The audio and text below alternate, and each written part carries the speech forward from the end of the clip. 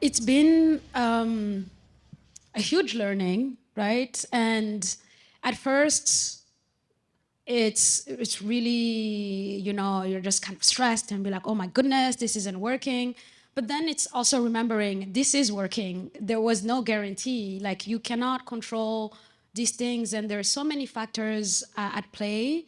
And really, kind of going back to acknowledging that plants have much more power than we do. Straight up, they've been here far longer, and it's more, I think, maybe even following what they have to teach us so that we can learn and then see what it is that we give back to honor. And so I like, in hindsight, when you have a little bit of distance when you're seeing a failure, at first you're just really kind of like, you're in a whirlwind, but you take some distance from it, and like, I'm quite grateful for that, and just remembering why we did it, and remembering our positions as people, and then people plants who will do their own thing. And just to kind of riff off of that, I think it's really interesting to think about how these unnatural colonial government structures that are imposed on us, the resistance is not just us as humans, but the resistance comes from the nature and the plants themselves. So like, for instance, the gallery as like it's a structure in and of itself, the Salmonberry is like, absolutely not. And I think that, just even going back to public art, there are so many kind of activist foundational projects that kind of have that same approach. If you look at examples like the George Floyd Memorial Square, and really that whole public art activation was really about resisting against government structures, including any policies or bylaws that exist around what can even exist in that space as like city land. And so I think, most of the time, public art has to go through this process of following policies and bylaws that are in place. And a lot of the time, those policies have been developed to benefit developers who have the money, who therefore get control over the narrative of what those commissioning processes look like. And a lot of the time, artists get stuck under that. But it's interesting to think about plants resisting these very same structures. And when we seek to recreate these policies or rewrite them from a decolonized perspective, it's more than just considering us as humans and us as creatives and artists, but again, thinking about everything that's involved with the site itself. So what is best for the plants and the ecosystems? So I just think it's interesting from that perspective, that resistance that lives within them as living things. And like you said, we can learn from them. 100%. And like, yeah, like the botanical resistance against colonization is so important. And like, yeah, we're not the only ones resisting. We're not the only ones that need the land back. Like, the plants need it. Yeah. And like, yeah, like for example, I've never pronounced this out loud, so I'm not sure if I have the right pronunciation, but we can all try together. Can everyone try and say hacht? Hacht. That's fireweed in Snacham, Squamish Snacham.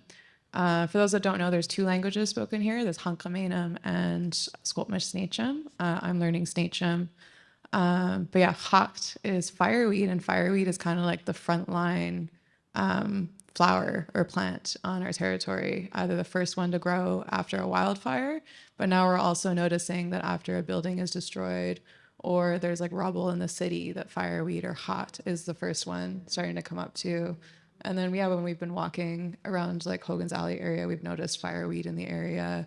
And we think that's really powerful. And one of our students in Design Cypher even did a project around fireweed as like a way of resisting colonialism that was really powerful and had layers of that.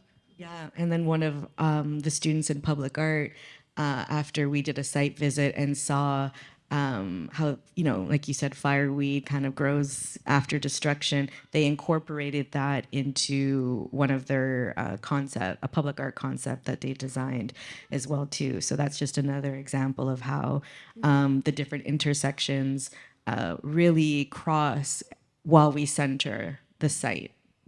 Do you remember the Sneetcham word for salmonberry? I taught you this a year ago. I know you did. But on the spot. It's here. I will butcher the pronunciation probably. All right, I'll help you. Yes, please help me. I also haven't pronounced this out loud often, so we'll try with me. If an elder comes by and corrects any of us, we'll just go with that. But so in Sneetcham, salmonberry is Yetwan. Yetwan. Yeah, Yetwan. Yeah, my dad teaches me about how it's a signal plant. When the berries are out, specific kinds of salmon are in the rivers. And a lot of our berries and at what times they're blooming or not blooming will indicate when certain animals are at certain areas of the territory or what kinds of fish you can go to the river and find. And they're excellent indicators. And there's this interconnectivity. And the context that Yetwan has for our people, it's all about communication across the natural world. And luckily, some of us can still speak that language. And my dad talks to me a lot about that. And then how salmon and salmonberries are so interconnected, and they're not named in English even for not that reason, and just how they have this interconnected relationship that helps ensure that the forest is getting the salmon and the right nutrients from the salmon. As like bears are eating the salmon, they're bringing it into the forest. It's fertilizer for the woods. There's evidence of like salmon bones being in like cedar trees from thousands of years ago. Yeah, and then the salmonberry tells us when the salmon are out, so when that fertilization process is happening in the natural world. So yeah, I'm wondering if like the salmonberry is like upset. It's like I'm not. Oh yeah, definitely. What is happening? Yeah, no, I think absolutely, definitely, and I think there is one of the greatest learnings is exactly that listening piece, listening to the plant, and yes, while we might have good intentions, that's not the right move necessarily. And so kind of I'm very grateful for this learning and just now trying to really figure out what is the listening process to plants, right? And like really being mindful about that. One of the greatest things is like when we first got the plants and then when they first come in the winter, they're like these brown twigs, right? And so you water them, you take care of them. I'm like, well, let's see what happens. And then 3 weeks later, they're all green and just like, and so it's just that the patience and just trusting that also things will work out. But also on the flip side is also the process of like, they will show you, I'm happy here, or I'm happy for a certain amount of time, right? So there's the factor of actually I don't like this, but maybe I only like this for just some time, and then take me back home, which is a feeling I fully understand. Yes, I'll stop there.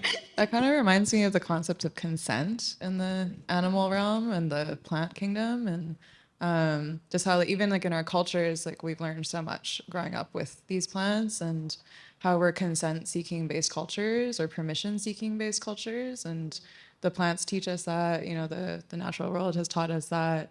And yeah, and obviously what's happened to our people, there was no consent. What's happened to like all of us has been just this continued displacement where our ancestors weren't allowed to give consent for anything that was happening to us. So these like layers of like trauma of not having our agency respected for years, and the plants have been going through that too.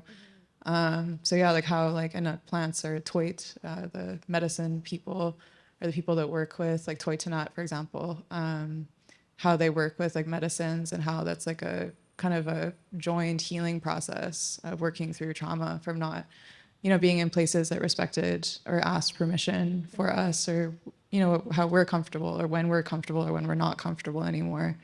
And yeah, the plants I think are healing medicines for that and can really support us in that kind of joined healing journey.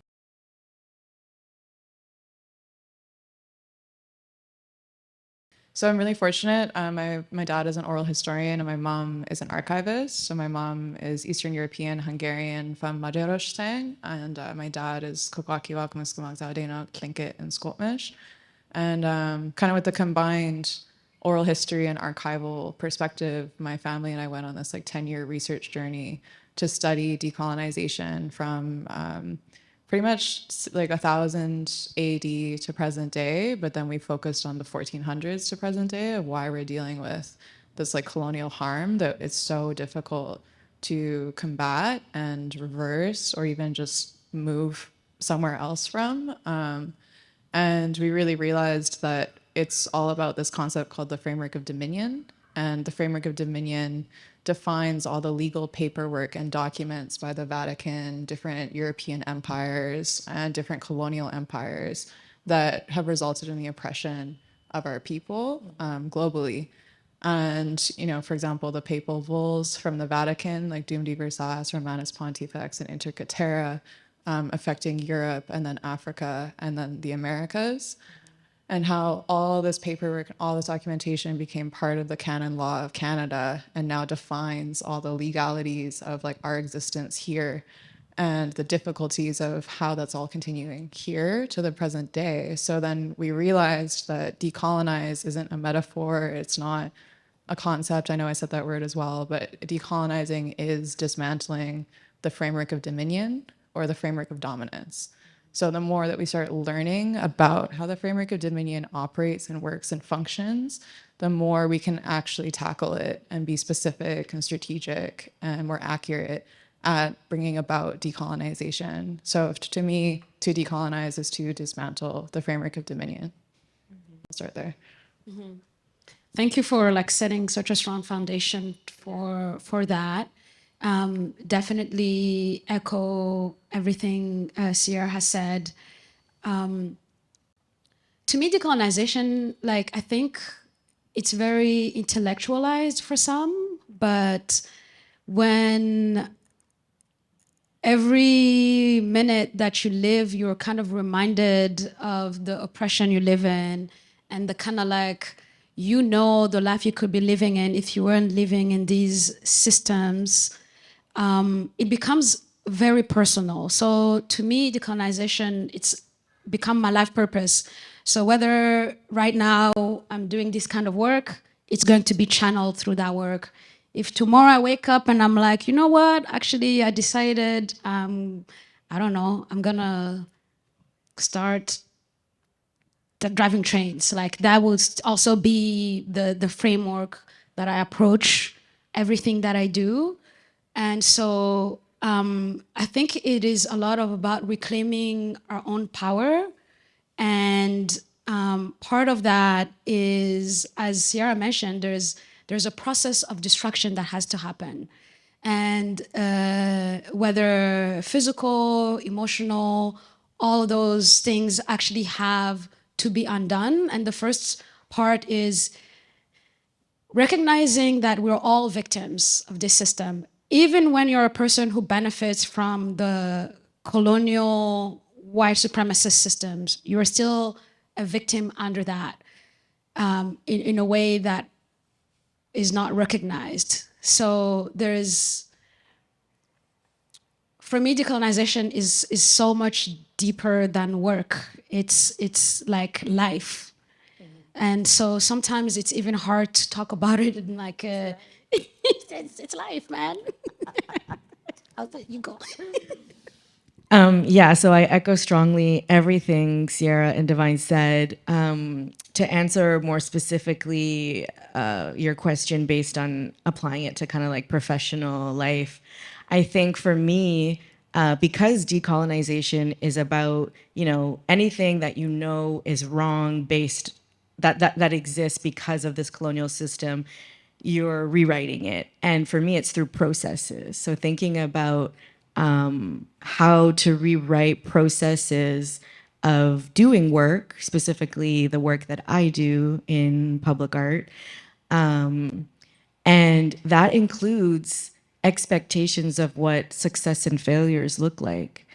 And decolonizing that entire process, rewriting processes that are rooted in cultural traditions, that are rooted in site-specific learnings, and then mitigating expectations. So for public art, for instance, I had done a project in Hogan's Alley a couple years back called the Black Strathcona Resurgence Project. I remember for like about a year after it was done, I was wrestling with whether that project was a success.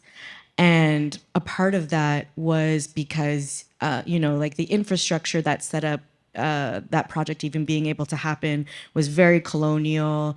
Some reactions publicly to the project were very critical.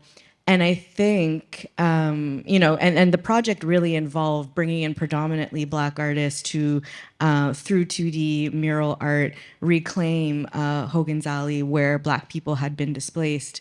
But of course, because I rewrote the process of starting with the site, knowing that Hogan's Alley intersects with Chinatown, knowing that ultimately we're on unceded territories belonging to the Musqueam, Squamish, and Tsleil-Waututh, there weren't only Black artists that participated. We had Chinese Canadian artists participate, and we had MST artists participate. And I remember there was a lot of critique around it not only being Black artists, and therefore, is it really Black excellence?